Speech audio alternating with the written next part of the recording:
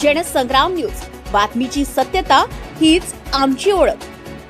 काँग्रेस नेत्यांनीच भाजपसाठी पैसे वाटले, शैलेश अग्रवालांचा खळबळजनक आरोप। वर्धा, चंद्रपूर, गडचिरोली स्थानिक स्वराज्य संस्था विधान परिषद निवडणुकीत मोठा राजकीय भूकंप झालाय।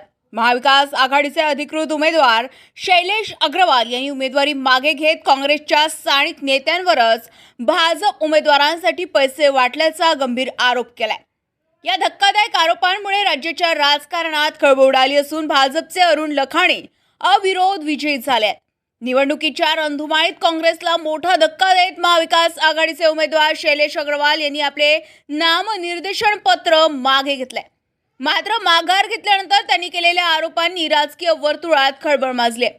अग्रवाल यांनी थेट काँग्रेसच्या स्थानिक नेत्यांवर भाजप उमेदवारांसाठी पैसे वाटप केल्याचा आरोप केला। याच पैशांच्या जोरावर काँग्रेसचे नगरसेवक आणि मतदार सहलीला पाठवण्यात आल्याचा दावा त्यांनी माध्यमांसमोर केलाय। आणि मी विड्रॉल घेताय की काय करताय? नाही, संख्याबळ आमच्याकडे नाही आहे। संख्याबळ आधीच जुळवाजुळव करण्याची वेळ होती, आमची ती तयारी होती। मात्र गरीब आदिवासी भागातले जे नेतृत्व करणारे आमचे त्या ठिकाणून निवडून आलेले आमचे सदस्य होते, ते जास्तीत जास्त सदस्य आधीच चालले गेले। नॉमिनेशन फाईल केल्यानंतर अजून सदस्य चालले गेले। पैशाच्या आमिषाला गरीब लोक बळी पडतात आणि त्या जोरावरती त्यांना जर नेला आहे तर आमच्याकडे दुसरा काही पर्याय शिल्लक नाही। आणि जर आम्ही कंटेस्ट करायला गेलो तर अजूनही आमचे लोक जातील त्या ठिकाणाहून आणि पैशाच्या बर्बादीशिवाय दुसरं काही यातून हाती लागणार नाही असं मला वाटते।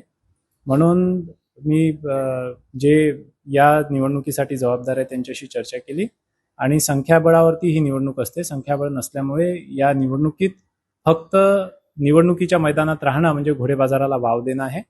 म्हणून सत्सद विवेक बुद्धीने मला असं वाटते की या निवडणुकीतून माघार घेतल्याशिवाय दुसरा काही पर्याय आमच्या समोर शिल्लक राहिलेला नाही। अग्रवाल यांनी निवडणूक प्रक्रिया ही आता पैशाचा बाजार बनल्याची टीका केली आहे। लोकशाहीपेक्षा पैशाची ताकद मोठी झाली आहे, अशा गलिच्छ राजकारणाचा भाग राहायचं नसल्यानं मी माघार घेतली असे ते म्हणाले।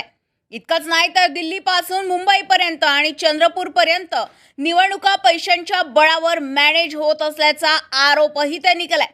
जर सर्व काही आधीच ठरलेलं असेल तर निवडणुका घेण्याची गरज काय, असा सवालही त्यांनी उपस्थित केलाय। दरम्यान राष्ट्रवादी काँग्रेसच्या अजित पवार गटाचे उमेदवार सुधीर कोठारी यांनी पक्षश्रेष्ठींच्या सूचनेनंतर उमेदवारी मागे घेतली। कोणासोबत बोलणं झालं होतं आणि का बरं? माझं कसं आहे, आम्ही महायुतीचे घटक आहोत। आम्ही सर्व लोक राष्ट्रवादी काँग्रेस अजित पवार गटाचे आहोत।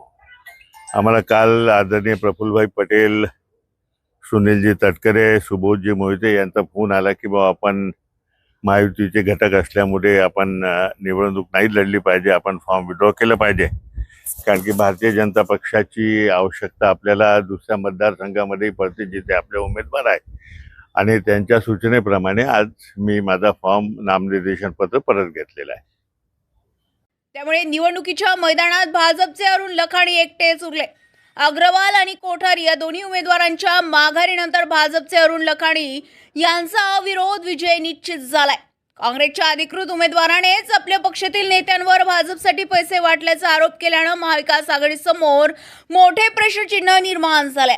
या आरोपांची चौकशी होणार का आणि काँग्रेस नेतृत्व यावर काय भूमिका घेणार, याकडे आता संपूर्ण राज्याचे लक्ष लागले। रविराज घुमे, जनसंग्राम न्यूज, वर्धा।